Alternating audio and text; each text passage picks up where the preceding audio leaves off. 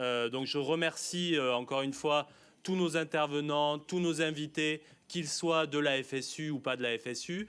Je dirai un mot après mes camarades qui sont là. Je vais juste les présenter et leur donner la parole. Donc Thomas Vacheron qui est au bureau confédéral de la CGT, qui suit aussi les intersyndicales. C'est comme ça qu'on se fréquente beaucoup, qu'on se connaît bien et qu'on discute, qu'on échange beaucoup entre nous. Et puis Muriel Gilbert et Simon Dutheil qui sont les co-délégués généraux de l'Union syndicale solidaire et qui, pour ce qui les concerne, on se connaît depuis que je suis secrétaire général de la FSU et j'ai beaucoup apprécié d'échanger, de travailler avec eux en beaucoup de circonstances, dans beaucoup de lieux, et notamment dans les intersyndicales, effectivement, où ce sont eux qui suivent les travaux de l'intersyndicale. Donc on s'est beaucoup fréquenté, notamment au moment du mouvement retraite. C'est pour ça que c'était intéressant d'entendre ce qui s'est dit là, et on va pouvoir sans doute en dire un mot. La commande qu'on leur a passée, c'est de dire un mot sur l'avenir, c'est-à-dire sur la deuxième partie de notre colloque, avenir du syndicalisme en général. On n'oublie pas que c'est l'anniversaire de la FSU. On l'a rappelé aussi, c'est un anniversaire qui ne se veut pas une auto-célébration, donc il ne s'agit pas de dire forcément du bien de la FSU, même si vous pouvez en dire, ne vous privez surtout pas.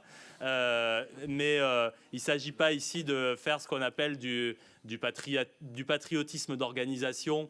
Et en plus, la FSU a montré qu'elle voulait justement dépasser un petit peu tous les clivages qui peuvent exister, en tout cas. Le fait qu'il y avait des divisions dans le syndicalisme ne satisfait pas la FSU. Donc tout est ouvert, tous les débats sont sur la table et doivent être sur la table. On a vécu un mouvement intéressant et c'est vrai que il était emblématique aussi, ce mouvement de 2023, avec toutes ces insuffisances aussi, les limites du syndicalisme, même si on a aussi fait la preuve d'une immense force et un mouvement qui a été très entraînant, il a aussi quelque part montré certaines limites et donc il a forcément interrogé et la CGT et Solidaire et la FSU, je pense dans des termes convergents, et ce sera intéressant de vous entendre là-dessus. Donc à la fois l'avenir du syndicalisme, comment vous voyez la place de la FSU dans tout ça, la place spécifique de la FSU dans tout ça, les relations intersyndicales en général, parce qu'il n'y a pas que nos 3 organisations dans le paysage syndical, il y en a 5 autres effectivement, sans compter les organisations de jeunesse, sans compter le mouvement social, mais peut-être qu'on ne rentrera pas dans ces développements-là. Il y a eu pas mal d'interpellations aussi, des questionnements, je ne les ai pas tous entendus, mais il y a eu des questionnements de la salle aussi sur la manière dont on prend les choses, notamment sur les questions environnementales, notamment les questions d'égalité femmes-hommes. Ce sont 2 sujets sur lesquels je pense que nos 3 organisations, dans les 30 années qui se sont écoulées, ont beaucoup contribué à faire que ce soit des sujets syndicaux et à relier ces sujets à des problématiques du monde du travail. Donc je pense que c'est intéressant de voir comment on continue là-dessus à en faire des questions syndicales. Et donc la commande était très libre et en même temps un peu contrainte en termes de temps. Donc je vous laisse la parole, peut-être en commençant par les camarades de Solidaire, et puis après Thomas, et puis après je dirais quelques mots pareil pour la FSU. Voilà, merci beaucoup. Bon, je rigole un peu parce que tu nous as fait un mail, il n'y avait pas tout à fait la même, la même commande, mais c'est pas grave. Voilà, c'est une interro surprise. Parce qu'en plus, voilà, comme d'habitude, on va prendre la parole à 2. Et du coup, moi, je vais commencer sur quand même nos relations. Avant de parler de l'avenir, ce sera peut-être plus Simon qui va en parler. Parce que les rapports avec la FSU, alors je pense que vous en avez parlé aussi ce matin assez largement, je ne vais pas revenir sur tout, mais quand on parle d'unité syndicale, et là je parlerai d'unité entre nos 2 organisations, bien que la CGT est souvent avec nous sur les mêmes thématiques, c'est pas seulement dans des intersyndicales nationales quand il y a un mouvement social. Je dirais que c'est aussi un travail de fond et de terrain, et ça s'est vraiment construit au fil des années. Et en fait, ce travail-là, il existe à différents niveaux. Évidemment que le sujet, le secteur de l'éducation, on le partage via Sud Éducation. Et quand j'ai reposé des questions sur finalement comment ça se passe avec la FSU à un camarade de Sud Éducation ce matin, il m'a dit en fait, on a plein de cadres qui se sont créés en intersyndical sur l'extrême droite, sur comment lutter contre les violences sexistes et sexuelles, sur les cadres LGBTQI, phobie dans l'éducation nationale. Donc en fait, il y a une construction au-delà, évidemment, des sujets de défense de l'éducation et des profs et de la conception de l'école, des intersyndicales, je dirais aussi, de défense et de lutte dans l'éducation. Il y a aussi toutes ces pratiques et ces groupes de travail qui se sont mis en place. Évidemment aussi que le niveau fonction publique, il est prégnant. Et là, c'est Solidaire Fonction Publique. Je ne sais pas si Gaëlle Martinez est arrivée, mais elle ne devrait pas tarder.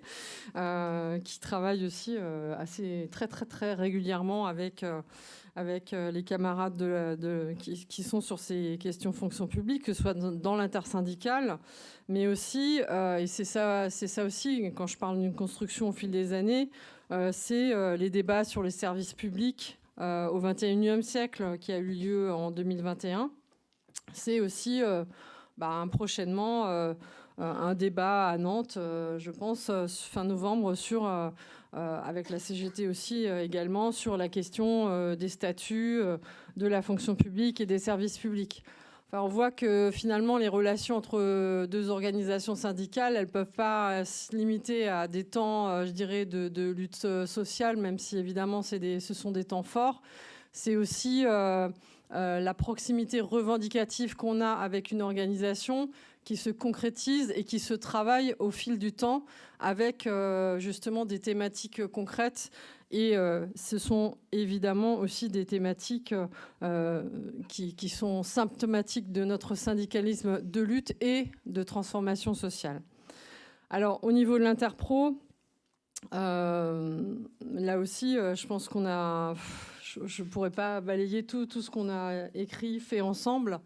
Je pense que sur les questions féministes, c'est des questions très fortes et elles sont encore revenues à travers l'analyse du mouvement retraite et aussi sur les questions de comment on implique aussi la jeunesse et elles se couplent avec ces questions environnementales sur ce point-là. Je pense que ce qu'on a créé avec Plus Jamais Ça et maintenant avec l'Alliance écologique et sociale, c'est assez fondamental que dans ces alliances-là, ces coordinations, ces collectifs, il y ait les syndicats et les syndicats qui, je dirais, ont très peu de différences entre elles. Et là, évidemment, il y a la FSU. Bon, après, la CGT est sortie, mais je pense que on en reparlera, ou je ne sais pas sous quelle forme, mais je pense que ça n'arrête pas non plus ce qu'on peut faire ensemble sur les questions environnementales. Mais c'est vrai que la proximité de nos revendications, de notre conception à la fois du syndicalisme qui doit être de terrain, mais qui doit aussi prendre en compte ces questions sociétales pour les faire appréhender par l'ensemble de nos membres et plus largement évidemment dans la société. Ça fait que on a des capacités aussi à pouvoir élaborer, je dirais, je ne sais plus qui parlait d'espérance, des moments d'espérance, et ça, je pense que c'est aussi fondamental. Donc 25 ans ou plus, je ne sais même plus où on en est, mais des intersyndicales femmes, avec nos camarades qui sont à l'origine des intersyndicales femmes, mais c'est aussi au-delà, c'est la construction du 8 mars, grève des femmes, questionner justement la question, est-ce que c'est quoi la grève des femmes, c'est quoi la grève féministe, c'est quoi ce 8 mars, comment on le porte, et comment on l'intègre aussi avec ce qui se passe dans les mouvements féministes, les associations féministes. Et là encore, on est en train de préparer le 25 novembre. Et heureusement qu'il y a la FSU et la CGT, parce que c'est pas facile avec nous toutes, on dira, pour simplifier les choses. Et donc, sur ces questions-là, comme sur les questions environnementales, c'est à la fois créer du concret, des luttes, mais aussi donner la capacité à notre syndicalisme de lutte et de transformation sociale de s'incarner et le plus largement possible. Et c'est pour ça que la force qu'on crée collectivement en ayant justement ces approches, je parle de ça, mais il y a aussi les collectifs sur les libertés publiques, contre le racisme systémique. Enfin, on est systématiquement en fait ensemble dans ces collectifs-là. Et pour le coup, peut-être pour dire aussi qu'il y a des évolutions, hein, tout n'a pas été toujours tout rose entre Solidaire et puis la FSU. Il y a quand même des approches différentes, compris dans notre fonctionnement. Par exemple, sur ces questions-là de liberté, mais aussi de violence policière, moi, il me semble qu'il y a eu aussi quelques points de bascule. Je pense qu'après ce qui s'est passé avec la mort de Samuel Paty, par exemple, enfin, moi, j'ai senti une FSU qui avait beaucoup plus envie de s'exprimer sur ces sujets-là et qui était justement, du coup, plus en phase avec ce que nous, on portait peut-être un peu avant, peut-être pas de la même manière non plus, mais ça montre que parfois, il y a des accélérations aussi avec ce qu'on vit dans la société et que c'est positif. Voilà, je vais te passer la parole pour pas te faire trop long. Sur d'autres éléments qui ont été soulignés depuis tout à l'heure, et notamment, je vais repartir sur la mobilisation des retraites, parce que c'est quelque chose qui est tout frais dans nos têtes, et pour essayer de dérouler deux, trois éléments rapidement. Mais, et je pense que c'était très intéressant, une partie de ce qui a été dit, enfin, tout a été très intéressant évidemment, mais une partie encore plus intéressante sur notamment la question de la grève, parce qu'un des problèmes qu'on a eu cette année sur le mouvement, c'est pas l'unité, voilà, elle était incroyable, clairement.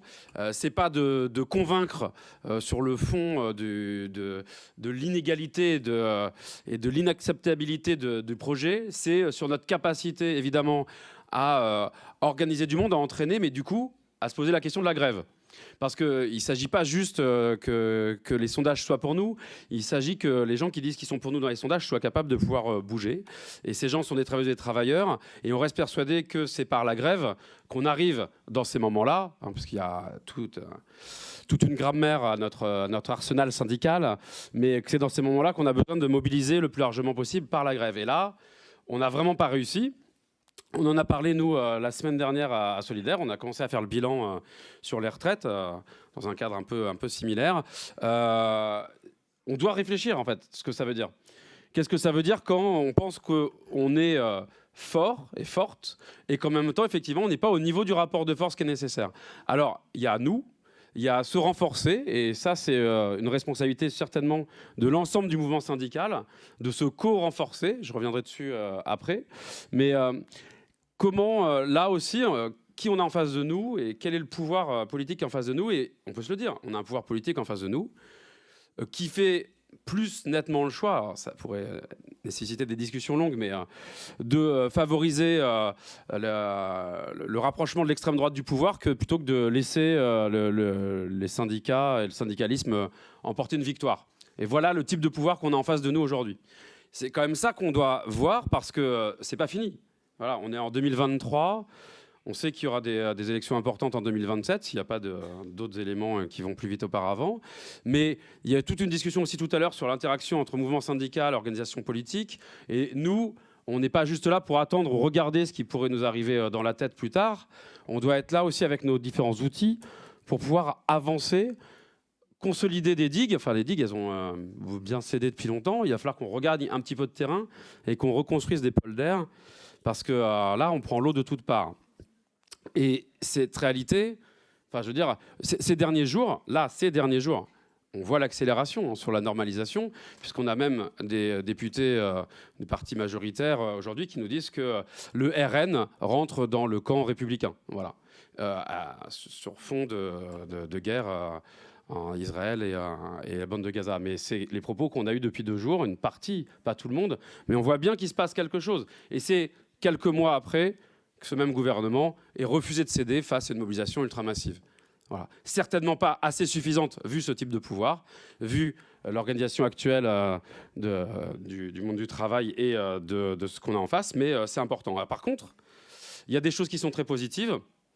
Quand même, dans tout ça, déjà, on parle ensemble, et on parle de plus en plus ensemble, et on va continuer de parler ensemble, c'est certain, même si on ne participe pas toujours au même cadre, mais c'est évident que nous trois, la FSU, la CGT et Solidaire, aujourd'hui, on porte quelque chose sur un syndicalisme de lutte et de transformation sociale. On a nos histoires en propre, mais on est capable d'avancer, et ce noyau, il est utile. Il est utile, mais il est utile pour nous, pour ce qu'on peut faire, mais il est utile vis-à-vis des autres organisations syndicales. Et peut-être qu'on a aussi passé un petit point de bascule cette année, en tout cas je l'espère, sur notre capacité de discuter avec les autres. Je vous avoue que c'est la première fois qu'on discutait réellement avec la CFDT. Réellement, quoi, pas juste bonjour, au revoir, discuter, aller plus loin. Ça fait bizarre, hein, c'est des gens qui ont mis nos parents à la rue il y a quelques années. Une partie de nos parents à la rue il y a quelques années, mais on en a parlé comme ça en rigolant un tout petit peu cette année. Sur, ok, il y a eu ça. Ça a existé, en fait. Et les divisions dans le syndicalisme, elles ont existé. Elles existent toujours, il y a des différences. Mais est-ce qu'on est obligé de les exprimer toujours de façon frontale ou de façon qui caricature les autres, et en tout cas qui dégoûte les travailleuses et travailleurs de rejoindre des syndicats? Parce que ce qu'il y a le plus aujourd'hui, alors évidemment, il y a des surfaces, des espaces de surface forts, la fonction publique c'en est un, quelques grandes entreprises où aussi il y a des grandes zones de contact, mais la réalité, c'est qu'il n'y a plus de syndicats à plein d'endroits pour les travailleuses et travailleurs.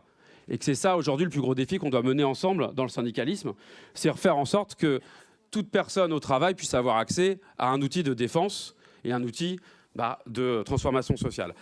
Pour conclure, parce que je pense qu'on commence à être un tout petit peu long, on est assez persuadé aujourd'hui que la question écologique, elle n'est pas juste centrale, importante, c'est que ça va même être, on peut le penser, un des moteurs profonds dans la transformation sociale, parce que l'urgence qu'elle pose, l'urgence, et Marie en parlait tout à l'heure, de cette urgence qui est posée et les injonctions qu'on fait à la jeunesse de se mobiliser tout en leur disant qu'il n'y a pas d'avenir. Donc à un moment donné, il faut aussi qu'on soit capable de répondre à ça dans nos échelles. Mais oui, l'écologie, ça devient quelque chose qui est central. Mais comment on peut s'en emparer au-delà d'un greenwashing syndical? Parce que ça peut arriver vite, ça. Oui, c'est bien, on est pour. Mais on est pour quoi, en fait? Jusqu'où on pose la critique sur les systèmes de production et de consommation?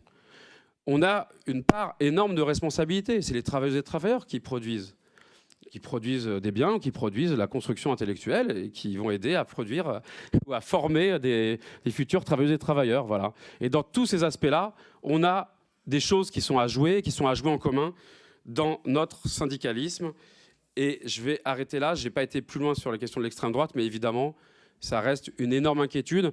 Et c'est dans ce cadre-là aussi qu'on a, au dernier congrès de Solidaire, réfléchi le mot qu'on a mis en avant de recomposition syndicale, qui était aussi une réponse au fait que Benoît est venu à notre congrès et nous a parlé franchement de la façon dont à la FSU vous avanciez, et que ça a permis de convaincre des camarades de Solidaire qu'il fallait être capable de se répondre dans le syndicalisme. Voilà. Comme on est venu après avec Philippe Martinez pour la CGT à votre congrès en 2022, et que c'était un moment important, on pense. Alors ça ne veut pas dire qu'on réfléchit que par le haut, parce que ça ne marche pas, ça. Ça ne veut pas dire qu'on a une route pavée de superbes choses qui vont arriver. On voit que c'est un petit peu plus compliqué cette année dans les discussions, dans comment on va pouvoir avancer rapidement, mais en tout cas, on ne doit jamais perdre ça de vue. Nos syndicats, c'est des outils qui sont essentiels, mais ça ne servira à rien si on se fait écraser chacun dans notre coin dans la période.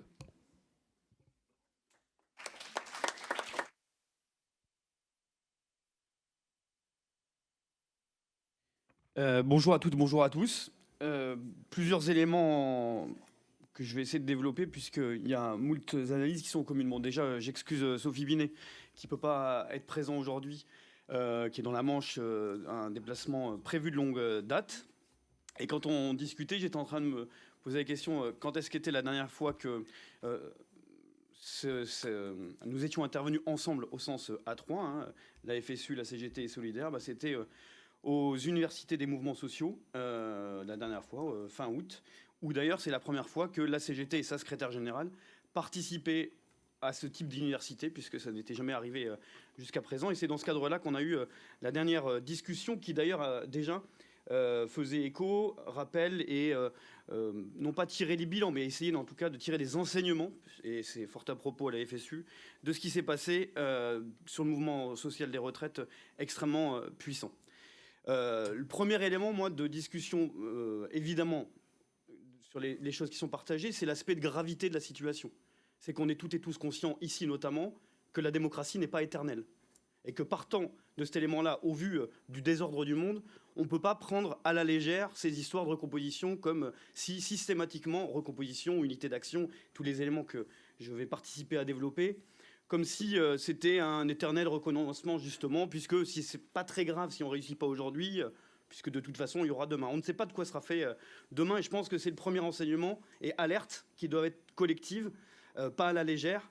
Et ce à quoi on doit s'affronter. Parce que partout, et c'est aussi partagé ici, le fait que l'ordolibéralisme, alors chacun le définit ou le caractérise comme il le souhaite, mais on voit bien de quoi on parle quand on dit ça, où les gouvernements, plus ils sont minoritaires, plus ils sont autoritaires, c'est ça l'état du monde, et on voit qui aujourd'hui les dirige.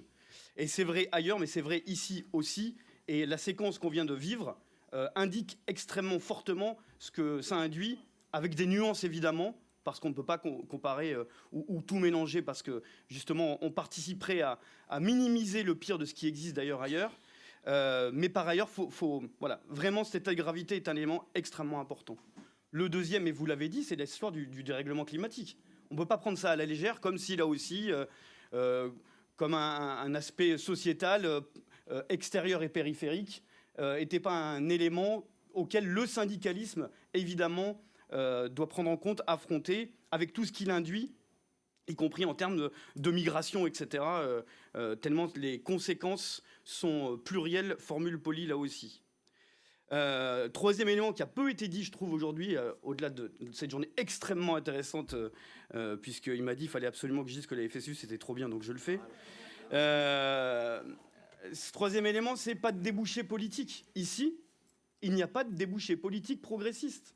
Et c'est un élément et un frein extrêmement majeur, parce que nous, on considère à la CGT, non pas chacun sa partie, mais qu'en tout cas, nous, on est indépendant des organisations politiques, mais pas neutre, et qu'il y a l'organisation des travailleuses et travailleurs, qui est l'outil syndical, et les organisations politiques, un projet de prise de pouvoir, des élections, et la possibilité de les gagner et de prendre le pouvoir au sens propre du terme. Au-delà de ces éléments plus généraux, il y a ce qui est partagé, mais je pense qu'il faut qu'on affine.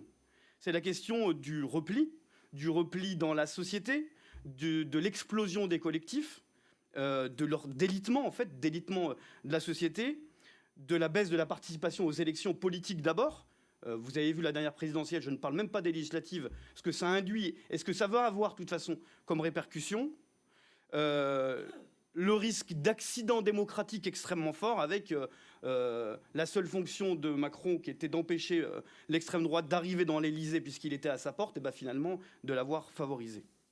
Et enfin, non pas le plus important, mais en termes syndicaux, parce qu'on ne fait pas que de la théorie et on fait de la pratique, c'est le repli dans l'entreprise.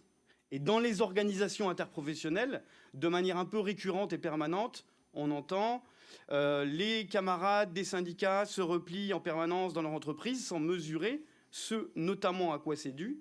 C'est l'ordonnancement du droit du travail, avec l'inversion des hiérarchies des normes, qui fait qu'avant, tout ce que tu négociais en dessous dans ta branche ou bien dans ton entreprise était plus favorable de ce qu'il y avait au-dessus, est inversé. Et du coup, comme le droit se détermine principalement dans l'entreprise, toute la pression est sur le délégué ou la déléguée. Le patron choisit son équipe, voire la corrompt, et ça transforme la nécessaire unité syndicale en compétition mortifère. Et la réalité qui fait que, comment se fait-il qu'il n'y a pas eu plus de grèves à la base, puisque c'est la formule souvent employée, dans les entreprises notamment. Pourquoi on n'a pas réussi à aller plus loin? Pourquoi on a réussi une intersyndicale confédérale, une intersyndicale départementale souvent, plus occasionnellement dans les branches et quasiment jamais dans la réalité des entreprises? Au-delà de l'asyndicalisme d'un côté, c'est ce que je viens de vous évoquer sur la transformation du droit et qui fait, je reprends la formule patronale parce qu'elle est extrêmement importante, un patron dit « Vous avez eu les lois Auron en 1983, nous avons eu les ordonnances Macron en 2017. » Et la formule, en fait, indique, explique, si nous n'avons pas compris, ils l'ont bien compris. Et l'organisation, puisqu'on est en pleine élection des CSE, des comités sociaux d'entreprise en ce moment, 70% des salariés du privé sont en train de voter entre le mois de septembre et le mois de février, près de 10 millions de salariés accessoirement, pas de son, pas d'image, vous n'entendez rien à la télé. Pour autant, c'est là que se structure le droit, le syndicalisme, sa réalité, ses possibilités, là où se crée la richesse, c'est-à-dire dans l'entreprise. Et la dernière chose, toujours dans l'entreprise, c'est la question fondamentale qu'on évoquait à table tout à l'heure de l'indépendance par rapport aux directions d'entreprise et aux patrons. Et c'est un des éléments fondamentaux dans les ministères, évidemment, par rapport au pouvoir, et dans l'entreprise, et c'est un gros frein et une complexité. Et une fois qu'on a fait ce tableau, c'est comment on fait pour avancer, aller plus loin et tirer les enseignements, comme vous l'évoquiez. Il y a ce qu'on peut faire aujourd'hui et tout de suite et ensemble. On est tous les trois, l'unité spécifique, avec la FSU et Solidaire, par une histoire spécifique, par des pratiques particulières, par une combinaison, une histoire, des pratiques, comme je le disais, importantes, et qui permet d'amener à des travaux communs. Il y a une initiative le 27 novembre prochain à Nantes, de ces trois organisations-là, dans la continuité d'un long travail, dans la fonction publique principalement, qui va perdurer, etc. Il y a le deuxième aspect qui a été aussi évoqué, et il y en aurait tant d'autres, sur l'intersyndicale femmes plus large, mais aussi quel a été le cœur, quel en est le moteur, comment ça permet aussi d'irriguer, surtout sur des questions qui étaient quand même pas les plus appropriées par le mouvement syndical pur, et je le fais exprès pour bien qu'on se comprenne. Ensuite, puisque ça a été évoqué, c'est la question environnementale, parce que je ne vais pas l'évoquer pour essayer de la contourner. J'ai envie à nombreuses reprises d'intervenir, mais là aussi, comme on est invité, on est poli. Être avec les travailleuses et travailleurs, comme ça a été dit sur les questions environnementales, il y a une question théorique et une question pratique. Et en fait, c'est assez homogène à gauche sur la question théorique, assez homogène. Je ne dis pas qu'il n'y a pas de souci, c'est le moins qu'on puisse dire, mais c'est finalement assez facile. Par contre, en pratique, c'est un peu différent. Alors je mesure et j'entends, c'était une des demandes de Benoît, sur l'aspect ordonnancement du droit dans le privé pour éclairer, et sur cet aspect on n'en avait pas parlé, mais en tout cas sur le fait d'éclairer systématiquement sur une partie de la réalité des entreprises, mais quand même. Grâce à la CGT Fonction publique, j'ai appris notoirement le statut le plus protecteur du salariat, c'est le statut de la fonction publique. C'est d'ailleurs pour ça qu'ils cherchent autant à l'abîmer, c'est pour ça qu'ils essaient autant de taper, d'amoindrir, de vous mettre en difficulté. C'est une réalité, et c'est une réalité extrêmement forte et puissante, perte du sens, affaiblissement du statut, enfin tout ce que vous connaissez vous par cœur.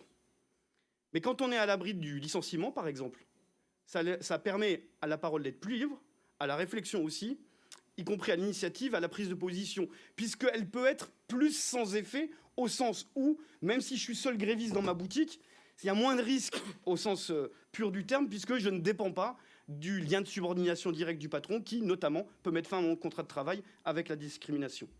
Et comme dans l'entreprise, on passe d'un système de discrimination syndicale à de la répression permanente qui se transforme même en chasse à courre, parce qu'aujourd'hui, le frein premier, ce n'est pas la CGT, la FSU ou Solidaire qui le dit, c'est tout bon, dans son rapport, qui explique que le frein premier au syndicalisme, c'est la discrimination, et c'est une des raisons qui fait que le salariat s'en empare pas, non pas parce qu'on est trop archaïque, parce qu'on n'est pas assez jeune, mais le frein premier, c'est la peur du lendemain, la peur dans l'entreprise, ce qu'elle induit et ce qu'elle produit.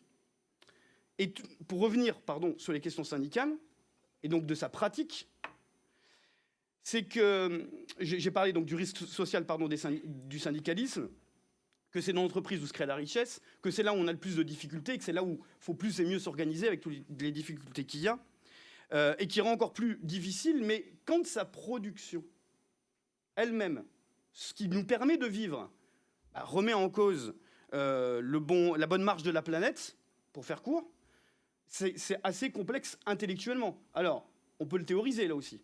Mais c'est complexe parce que systématiquement, ce qui nous est posé, il est en extériorité, de manière souvent trop obtus et mal compris. Je prends un champ professionnel très concret. Le textile artificiel et synthétique. Moi, je viens de Haute-Loire. Il y a 3500 ouvriers et ouvrières, plutôt des ouvriers, c'est très masculin, du textile artificiel et synthétique. Ils produisent vos sacs poubelles, ils produisent les bâches de serre pour les légumes biologiques. Ils produisent, donc vous voyez le type de production qu'ils font. Systématiquement, alors le Front National 40% au premier tour, hein, c'est pour se mettre bien, et c'est fait partie des territoires, puisqu'on l'évoquait aussi à midi, comme le 41, comme tout un tas de territoires ruraux et industriels, ou anciennement industriels, puisque désindustrialisation, territoires sinistrés, etc., où tout ce qui est vu comme environnemental est extérieur à leur vie du quotidien, parce qu'en fait, ça remet en cause leur histoire sociale, parce que les mines ont fermé il y a 50 ans, puis la sidérurgie a fermé, et puis à chaque fois, c'est les salariés qui trinquent. Et l'écueil, l'erreur du syndicalisme et le tournant qu'on n'arrive pas à prendre, c'est la conscientisation de la gravité de la situation environnementale, et évidemment, ce n'est pas les forces détentrices des moyens de production qui nous le permettront, et deux, notre capacité à y aller par étapes, parce que le syndicalisme, c'est aussi prendre les gens, les salariés, les travailleuses et les travailleurs là où ils en sont, pour, par exemple, et je reviens sur l'histoire du plastique, être en capacité d'avoir des propositions syndicales sur un mix de production, en acceptant un continu de production de plastique pétrolier, parce que ça existera encore, et pourtant on sait que les molécules de synthèse et leur délitement ont un effet de toute façon sur la planète, parce que l'industrie, par essence, pollue. Il n'y a pas d'industrie vertueuse, à part à croire au greenwashing, mais je pense qu'ici on n'est pas dedans. Et du coup, un mix de production régénéré, recyclé, biodégradable. Pourquoi je vous fais ce déroulé-là ? Parce qu'un des écueils, et qui a rendu encore plus compliqué le congrès de la CGT, c'est aussi celui-ci. C'est que des décisions exclusivement par en haut et la décision qui avait été prise était majoritaire en direction, elle a été pas majoritaire dans les organisations de la CGT, et que du coup, pour tout un tas de raisons, je ne vais pas développer sur le congrès CGT, mais ça a été évoqué, je suis quand même obligé d'en parler, la conséquence, c'est qu'en 2019, on avait des textes très engagés sur la question environnementale au congrès de Dijon, et ils ont été plus en recul, avec la conséquence de sortir plus jamais ça, en 2023, au congrès de Clermont-Ferrand. Pour autant, la direction confédérale, élue, prend en considération ces éléments-là, et dans toutes les interventions de Sophie Binet, sans exception, la question sociale de la question environnementale est intrinsèquement liée, rappelée, répétée, et aura une continuité.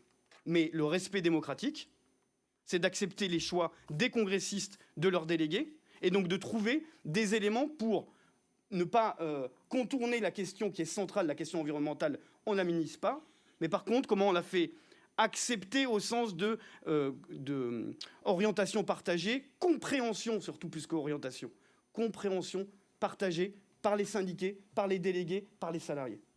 Dernière chose, puisque je suis désolé d'être long, mais il fallait quand même s'expliquer un peu, c'est sur le fond. C'est qu'en fait, et je le fais exprès, l'unique puissance sociale des ouvriers et leur masse, sa puissance est brisée par sa désunion. Karl Marx. L'essence même du syndicalisme, c'est de réunir les travailleuses et les travailleurs, tels qu'ils sont dans leur diversité. Et la question, d'un côté, de l'unité d'action, parce que ça détermine une partie de notre puissance. Ça détermine aussi une partie de notre soutien. Et évidemment, je ne sais plus où est Jean-Marie Pernaut, j'entends bien la différence, évidemment, elle est claire, mais l'unité d'action est une des conditions pour réussir, elle ne suffit pas. Elle permet de mettre au maximum de sa puissance, elle permet d'avoir au maximum du soutien, mais elle ne suffit pas. Parce qu'après, il faut se renforcer. Le syndicalisme, son vrai problème, ça a été dit dans le privé, c'est pas là où il est, c'est là où il n'est pas. Et majoritairement, quasiment aujourd'hui, les salariés du privé n'ont pas de syndicat dans leur entreprise. Donc la question, souvent on me dit, oh là là, c'est pas trop dur avec la CFDT, avec je ne sais trop qui, peu m'importe. En fait, là où c'est dur, c'est là où il n'y a rien du tout. C'est ça la difficulté pour les salariés. Et c'est à ça qu'on doit s'attaquer. Et si on est conscient de cet élément-là, qui fait qu'on sait il ne suffit pas, comme disait Bernard Thibault, être seul dans un seul endroit, mais il faut être fort partout, Il faut s'organiser collectivement, peut-être moins par chapelle, mais plus collectivement. Et on a 2 axes rappelés, notamment à la dernière CE confédérale, Commission exécutive confédérale. L'objectif d'une unité d'action permanente tant qu'on peut sur des sujets revendicatifs extrêmement forts, pas qu'en contre, comme la réforme des retraites, mais aussi en pour. C'est les 10 points qu'on va défendre le 13 octobre, avec des points revendicatifs extrêmement forts sur les salaires, les pensions, le point d'indice, l'augmentation, la question de l'égalité homme-femme, dans un titre où toutes les organisations syndicales, dans leur entièreté, alors que c'est quand même pas le cœur de leur projet, acceptent de augmenter les salaires, l'égalité homme-femme contre l'austérité.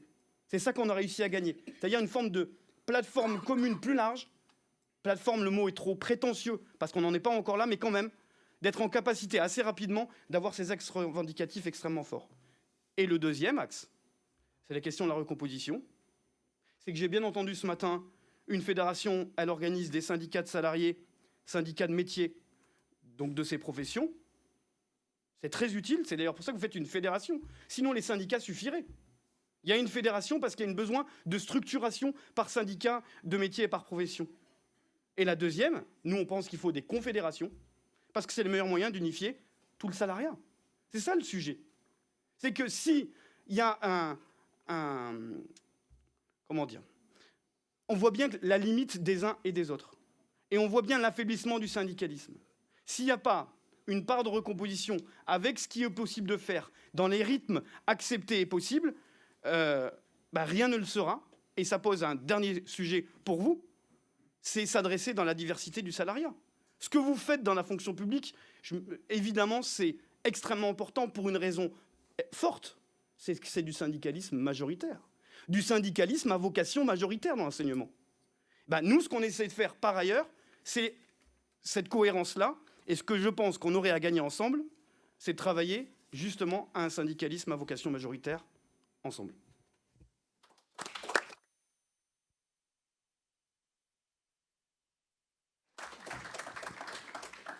Bon merci à tous les trois.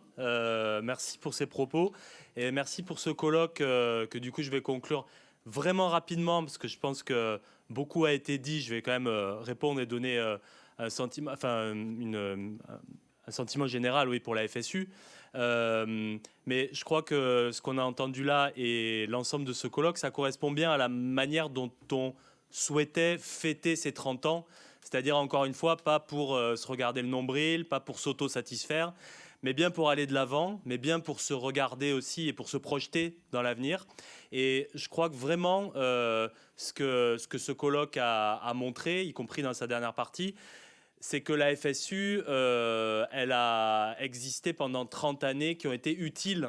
Ces 30 années d'existence de la FSU ont été utiles au syndicalisme, utiles à la réflexion, utiles au monde du travail, parce que la FSU, elle a porté ce syndicalisme-là, avec d'autres évidemment, pas toute seule, mais elle a porté cette idée que le syndicalisme doit être au service de l'unité des salariés, du monde du travail, au service du rassemblement. Et la FSU a du coup apporté ça avec des particularités, des spécificités sur lesquelles je veux revenir. Simplement, j'ai appris aussi ce matin, et ça c'était intéressant, que les hasards du calendrier avec lequel on a un peu triché, puisqu'on a fait cet anniversaire en octobre, alors que si on avait fait véritablement de date à date, ça aurait été plutôt au printemps dernier, puisque si on avait célébré vraiment la fondation de la FSU, ça aurait été la fondation à l'occasion d'un congrès. Mais finalement, c'est un hasard qui nous va bien. On est en train de célébrer au moment de l'anniversaire strict d'une manifestation où la FSU finalement, donc c'est Daniel, je crois qu'il le disait ce matin, ou non, je ne sais plus où c'est. Enfin bon, voilà, c'est un de vous, c'était Raph exactement dans le propos rapporté par Alain, et qui nous disait que la FSU... elle fait irruption en quelque sorte en octobre 1993, aussi dans la rue, aussi par la lutte, aussi par cette capacité à mettre du monde dans la rue, parce que ça correspond à des revendications des personnels à un moment et à une vraie attente concernant les salaires, concernant ce qui était revendiqué au cours de cette manifestation. Et je trouve que c'est sacrément intéressant de voir qu'on célèbre aussi l'anniversaire d'une fédération qui a été tout le temps, pendant ces 30 années, utile aux luttes, au combat. Et au combat, pas de posture, au combat qui mettent vraiment du monde dans la rue, qui arrivent véritablement à porter la parole des salariés, à faire en sorte qu'ils soient visibles, à rendre visibles les revendications. Et ça, je pense que c'est intéressant. C'est tout ce qu'on a fait aussi au moment du mouvement retraite. Et là encore, on ne l'a pas fait tout seul, évidemment. Et la FSU n'a pas été seule. Au contraire, la FSU a favorisé l'unité. Mais cette unité, elle a permis de mettre sur le devant de la scène la parole des salariés, la réalité du monde du travail, de renvoyer au réel, là où finalement on n'est jamais visible, les invisibles justement, on les a rendus visibles. Et ça, la FSU, on le manie quand même, on essaye de le manier en tout cas particulièrement bien, parce qu'on a cette attention à être proche des métiers, proche des revendications des collègues et de ce qui se fait au quotidien dans les services, dans les différentes administrations, dans les écoles, dans les établissements scolaires. Et je pense que ça, c'est ce que la FSU a à dire au monde syndical et au mouvement social en général. C'est-à-dire un syndicalisme, il doit être en proximité avec des métiers, il doit construire avec les personnels. Tout le monde le dit évidemment, mais c'est construire avec les personnels pour être efficace, pour avoir une lutte qui soit victorieuse parce qu'elle est pertinente, parce qu'elle est en prise avec des réalités.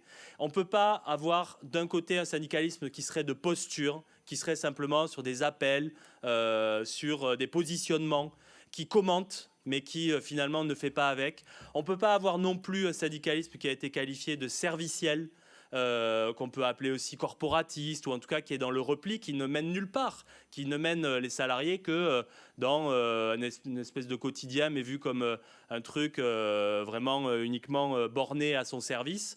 On doit avoir un syndicalisme au service d'un projet de transformation sociale. Et donc, c'est ça qu'on met derrière cette idée qu'il faut à la fois regrouper le syndicalisme, parce qu'effectivement, les divisions pèsent, nuisent au rassemblement des collègues et à la lisibilité même du syndicalisme. Mais ça ne veut pas dire d'abord faire ça d'un claquement de doigts du jour au lendemain facilement. Ça a été rappelé par Annick tout à l'heure. Quand Sudéduc se crée, bien sûr, ça ne plaît pas à la FSU, entre guillemets, ça ne plaît pas, enfin, les gens font bien ce qu'ils veulent, mais bien sûr que ce n'est pas, c'est pas forcément quelque chose qui est accueilli favorablement dans la FSU, la création de Sudéduc, etc. Mais Annick l'a rappelé, au moment où Sudéduc se crée, les gens qui font Sudéduc, de fait, ne seraient pas venus ni à la FSU, ni à la CGT, ni ailleurs. On peut le regretter, on peut penser qu'en les convainquant mieux et en allant plus vers eux, on aurait peut-être réussi. Mais la réalité du moment où Sudéduc se crée, c'est un moment où effectivement il y a des équipes militantes qui ne se seraient pas retrouvées dans telle ou telle organisation. Il y a des moments où effectivement des personnels, des gens se retrouvent plutôt dans une organisation ou plutôt dans une autre. Notre boulot à nous, c'est d'unifier tout ça, de convaincre qu'il y a des chemins. Ça peut prendre du temps, ça peut être long, il peut y avoir des étapes, mais notre boulot à nous, c'est bien de dire que l'horizon, ça doit être de se rassembler au plus possible. Dans plusieurs organisations, avec des comités de liaison comme il y avait au début à la fondation de la FSU, avec d'autres méthodes encore. Ça, on ne sait pas. On chemine, on avance, mais l'horizon, ça doit être celui-là. Il doit être maintenu. Et c'est bien pour ça que nous posons cette idée qu'il faut créer un nouvel outil syndical, sans dire évidemment la forme de cet outil syndical, mais un nouvel outil syndical, et qu'on le dit en ces termes-là, avec la CGT, solidaire, virgule, sans exclusive. Et tout est important évidemment dans cette phrase. La CGT est solidaire, pourquoi ? Parce que ce sont les organisations avec lesquelles nous partageons cet objectif de transformation sociale, de syndicalisme qui organise la lutte et qui est aussi dans la proposition, mais dans la proposition d'une alternative, qui fait donc de la politique au sens général du terme, et ça a été rappelé ce matin. Et il y a urgence à faire ce travail politique. On est effectivement, ça a été redit, je ne vais pas développer là-dessus, mais on est dans une période de ce qu'on peut appeler, effectivement, tu as qualifié ça de l'ordolibéralisme. On parle aussi beaucoup maintenant de l'illibéralisme, c'est-à-dire ce libéralisme qui a même plus besoin de corps intermédiaires, qui veut à la limite bien avoir quelques corps constitués, mais qui sont là pour commenter, pas pour faire, qui sont là pour accompagner, pas pour critiquer, pas pour faire remonter ce qui se passe sur le terrain, qui sont là donc simplement dans le décor, mais qui ne sont pas des forces suffisantes pour peser sur une alternative. Et cet illibéralisme qui ne veut plus de nous, qui veut nous gommer de l'histoire, hein, tout simplement, pour pouvoir avoir les mains libres, pour pouvoir être tranquille, il est particulièrement inquiétant, mais pour tout le monde. Je crois que, alors de ce point de vue-là, d'ailleurs, ça me permet de saluer le fait qu'elle soit arrivée, mais je veux vraiment dire que la séquence à l'Assemblée nationale avec les syndicats de l'éducation était à la fois inquiétante dans ce que je viens de dire là, sur une députée Renaissance qui dit « vous ne représentez rien, vous êtes des caricatures, vous ne représentez pas les collègues, les syndicats, on ne devrait même pas vous écouter, on ne devrait même pas vous inviter ». Et si je dis que j'ai salué, c'est parce que Sophie Vénétité et Guylaine David, derrière, répondent quelque chose d'assez magistral et vraiment, enfin voilà, c'est pas pour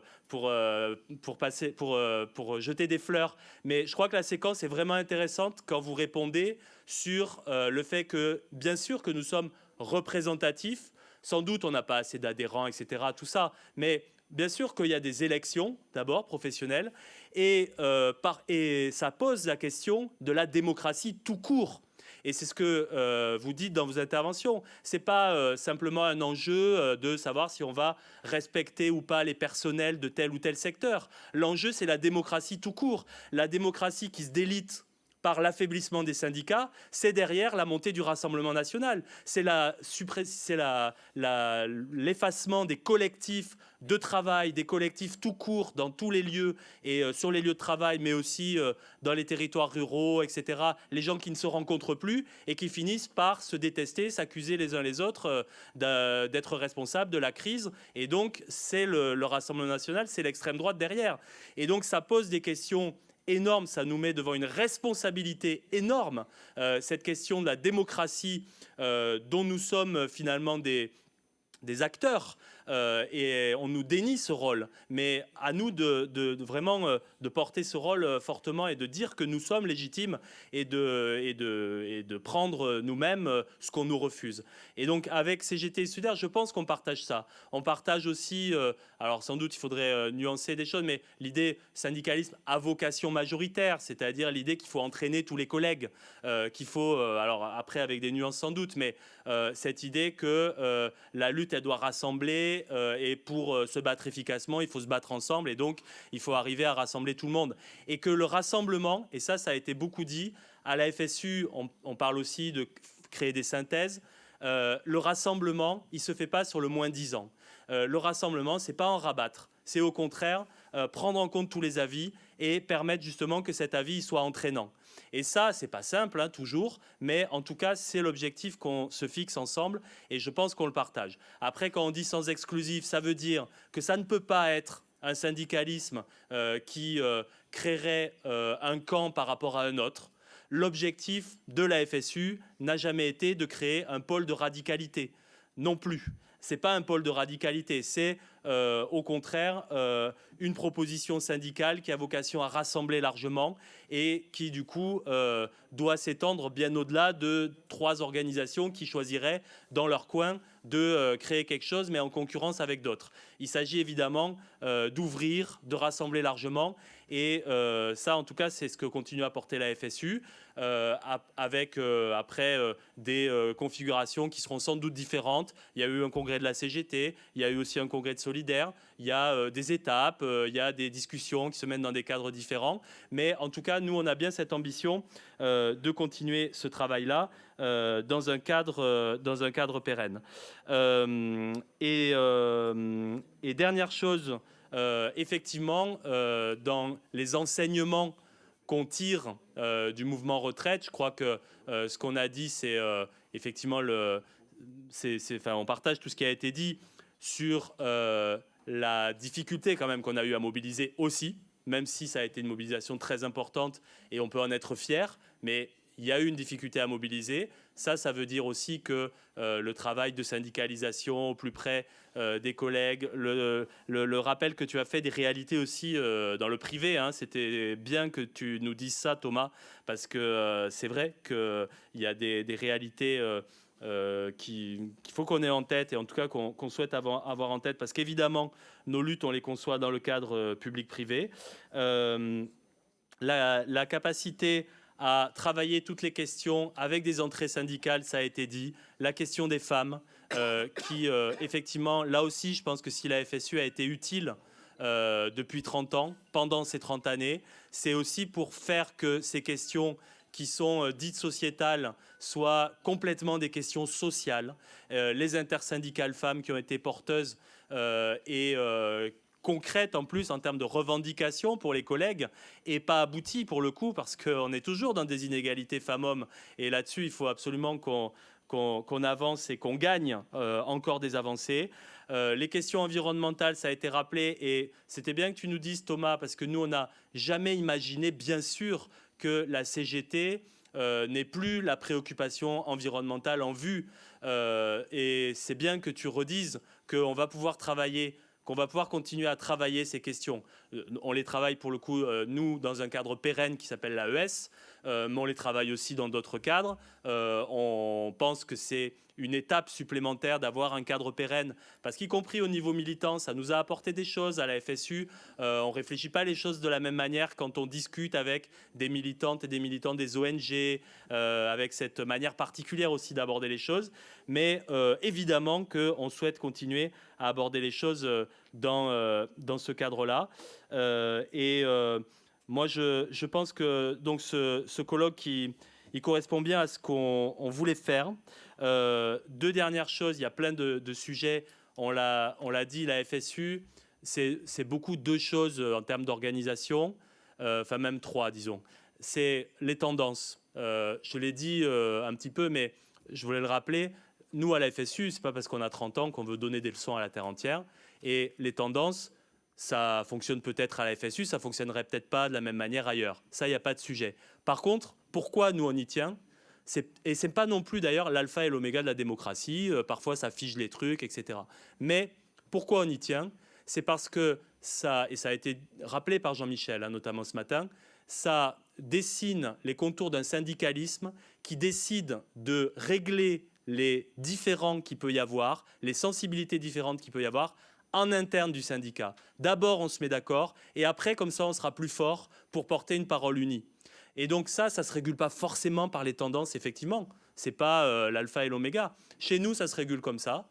Ça ne se régule d'ailleurs pas que comme ça. Il y a des débats aussi qui traversent les tendances, évidemment. Mais c'est important sur la forme de syndicalisme à vocation majoritaire aussi. Si on a des tendances, ça permet de dire que notre vocation, c'est de rassembler très largement tous ceux qui peuvent se reconnaître dans la FSU et dans le syndicalisme en général. Et la deuxième chose, donc je l'ai déjà un peu dit, c'est le syndicalisme de métier.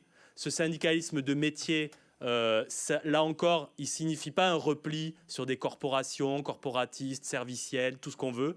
Au contraire, c'est de dire on fait avec les collègues et donc on en est proche et donc on essaye de partir des préoccupations concrètes dans les champs professionnels. C'est parfois compliqué à gérer, hein, d'avoir ce qu'on appelle, ce qu'on a rappelé ce matin, une souveraineté des syndicats nationaux dans leur champ. Mais c'est essentiel. C'est essentiel que ce soit les éducateurs PJJ qui s'expriment sur les services de la PJJ, qui apportent leur pierre à la FSU de leur point de vue et qui puissent nous dire ce que sont les réalités de leurs services. Et donc, ces deux aspects-là, ils ne sont pas forcément partagés dans la forme du syndicalisme. Ce n'est pas en termes de leçons que la FSU donnerait. C'est au contraire en termes d'horizon qu'on veut se donner, qu'on veut mettre en débat. Et je pense que le débat va continuer, évidemment, parce que on a des responsabilités immenses, on l'a rappelé. L'extrême droite, développement de l'illibéralisme et donc un syndicalisme qui doit se rénover, se refonder, continuer ses combats en les augmentant aussi, en ayant encore plus de capacité de mobilisation large et donc en dépassant ses propres frontières, hein, en allant au-delà des syndicats, évidemment les associations.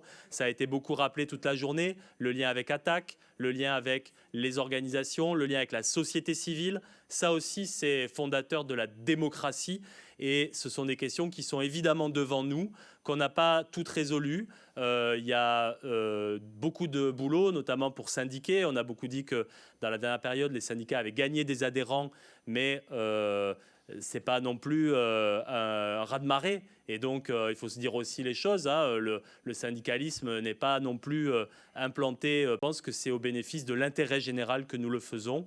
Et ça, on le partage et c'était bien de se le dire aujourd'hui. Et du coup, je vous remercie d'avoir assisté à ce colloque. Je remercie encore une fois, je ne sais pas si tu feras une conclusion au colloque, Paul. Je remercie Paul pour le travail de coordination. Mais évidemment, il n'était pas seul. Je remercie vraiment l'Institut d'avoir organisé ça. Je vous invite à aller voir l'expo, mais il va y avoir un petit film qui va être tourné pendant un petit temps. Elle est dans la salle là-bas. Je vous le disais, vous avez un peu de temps pour vagabonder, déambuler, soit sur la petite place, soit dans les couloirs de la FSU, qui ne sont pas non plus immenses, hein, faut pas exagérer. Je redirai quelques mots à 18h ici, et vous pouvez aussi discuter entre vous tranquillement. Et je vous remercie beaucoup, et merci à tous nos invités.